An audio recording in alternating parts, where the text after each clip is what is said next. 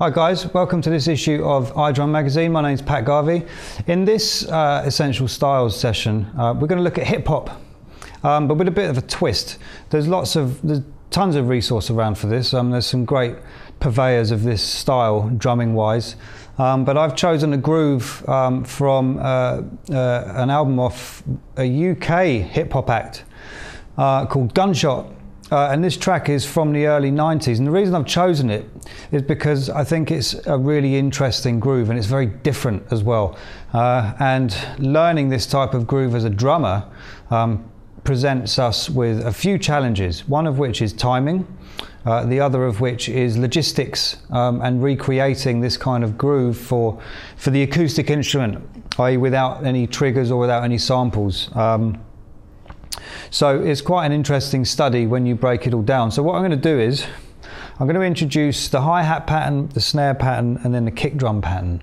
And then I'm going to just play a couple of variations of the groove, and then I will perform those very similar to what you've just seen with the introduction performance. So without further ado, let's crack on. Some of the notation in this is very similar in terms of note placement and snare drum, and also the technique when we start varying the pattern to that rhythm, the snare rhythm we did in the Groove Concepts series of lessons about 6 issues ago. It was taking a snare drum rhythm to the kit and messing around with it and including rudiments and building up like a kind of good way of practicing these kind of things. So if any of it foxes you, refer back to that lesson. The first bit of notation you'll see there is quite simply just an 8th note hi-hat pattern.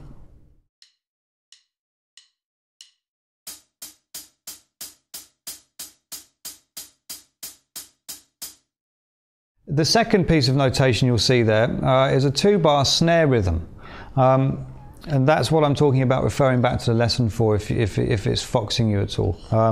I'll demonstrate that rhythm. I'll keep the hi-hat going on the 4 so you can hear how it all works around the quarter note.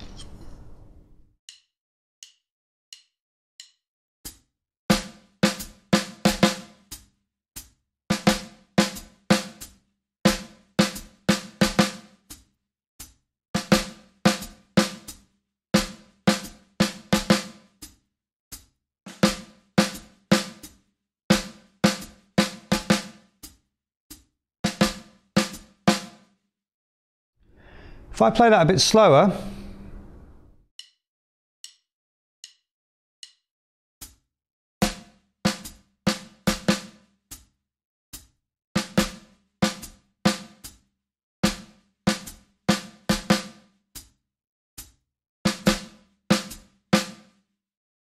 the third thing to introduce is the bass drum pattern. So I'll play that against the hi-hat again so you can hear what's going on.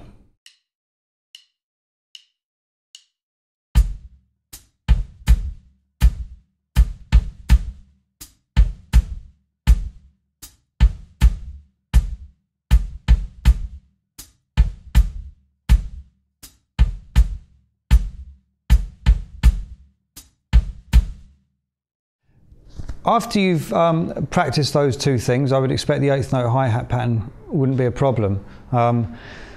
It's time to start putting it together. So the next bit of notation you've got there is the hi-hat pattern with the snare pattern. So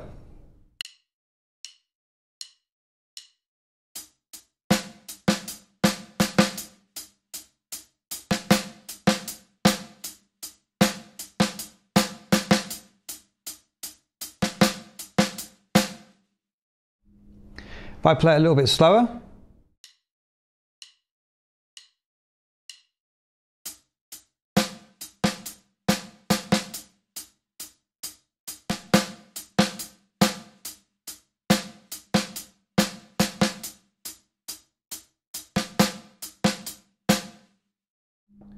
so you can hear how they fit together. At the moment, these are just rhythmic exercises, if you like. The next phase then is to stick the bass drum underneath all of that.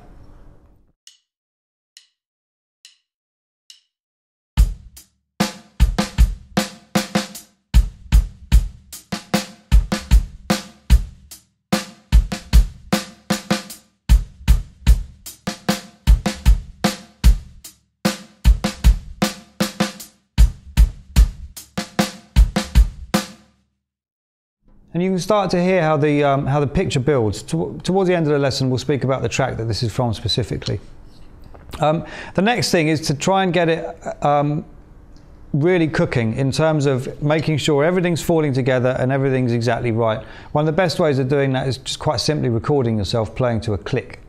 And it's worth at this point just talking about click practice and effective practice. So quite a lot of the time I come across problems with students where they're doing all this practice to a click, but what they're not actually doing click practice. What they're doing is people tend to play lots of stuff with a click going through their ears. And what this does is absolutely nothing for your timing, because you can't hear what's going on. You don't know where you're pushing and where you're pulling. Now, on your notation for the end of this issue, you'll see I've written a little exercise, which is a click practice exercise, and it's just an overview. And the idea is you play the click and play it slow. By slow, I mean, literally 40 BPM plus, okay? And you're starting with the eighth note hi-hat pattern. When you're happy and when that's really sinking in and it's feeling nice, you're adding the bass drum, a real simple bass drum, to the 1 and the 3. The reason you're keeping it simple is because you've got that much time to get things in the wrong place. The more you do it, the more effective it gets. When the bass drum starts to sit really well and you're happy, add a backbeat into the 2 and 4, for example.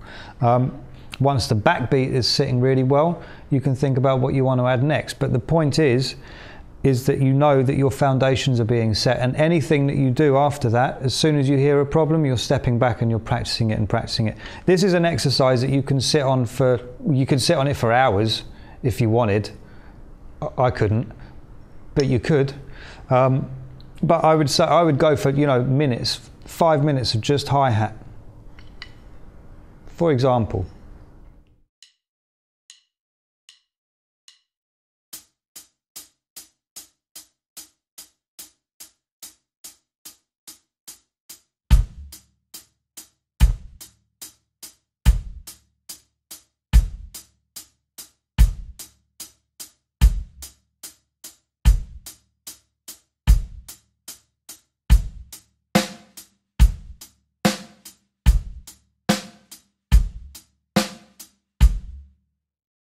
As just an example of how to build this kind of idea. It's very important as drummers that you do proper click practice. Okay, on with the show. So we've got the groove. You're making sure everything's all right. The next thing, because the backing track isn't exactly hanging around, it's not fast, but there's a lot going on here, is to build a bit of speed on it. For example,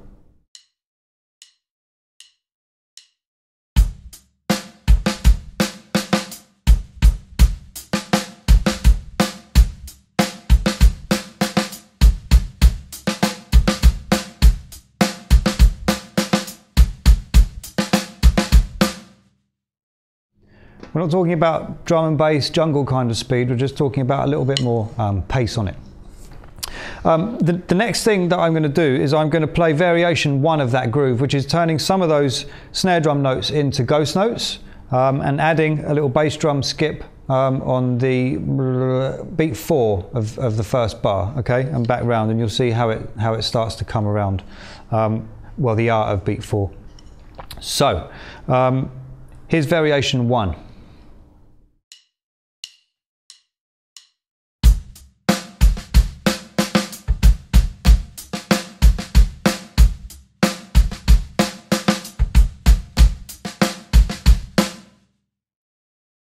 So it starts to sound very different. I'll play them both back to back. So I'll play 1 time round of the groove in its raw form, and then 1 time round of the groove variation 1.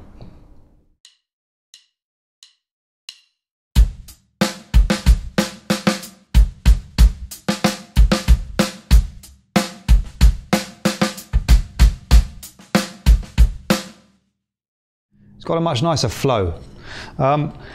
Variation 2 sees us taking, it's going to be the same bass drum pattern, it's the same hand pattern, it's just we're moving some of them around to the floor tom, and this is just to do with the sampling in the original track and just recreating some kind of idea of that type of movement of voices from a percussive perspective.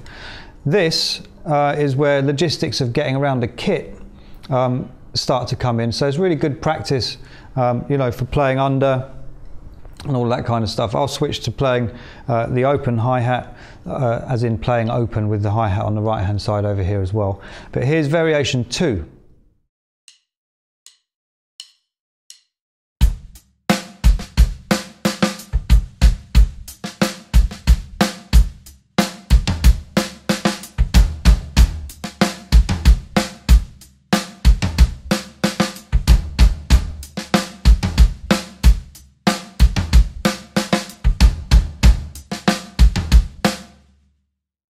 Now, I'm going to play the same thing again, but this time I'm going to play it with the second hi-hat over here. And once the groove's up and running, I'll play variation 3. And variation 3 isn't in your notation, but it's just quite simply adding an offbeat left foot to augment the pattern a little bit more. So.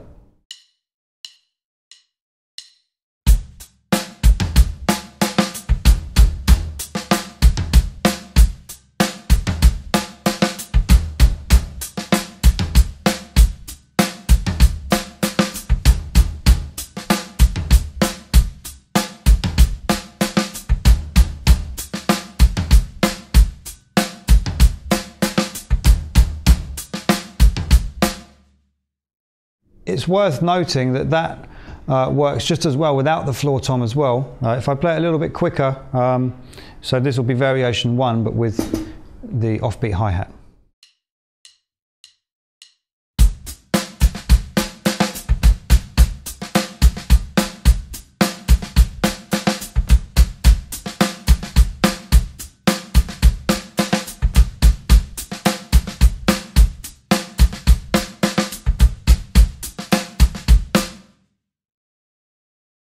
And there you have it, a really interesting groove of a great UK hip-hop album. That's from a track called Reign of Terror, which is on the album Patriot Games, if my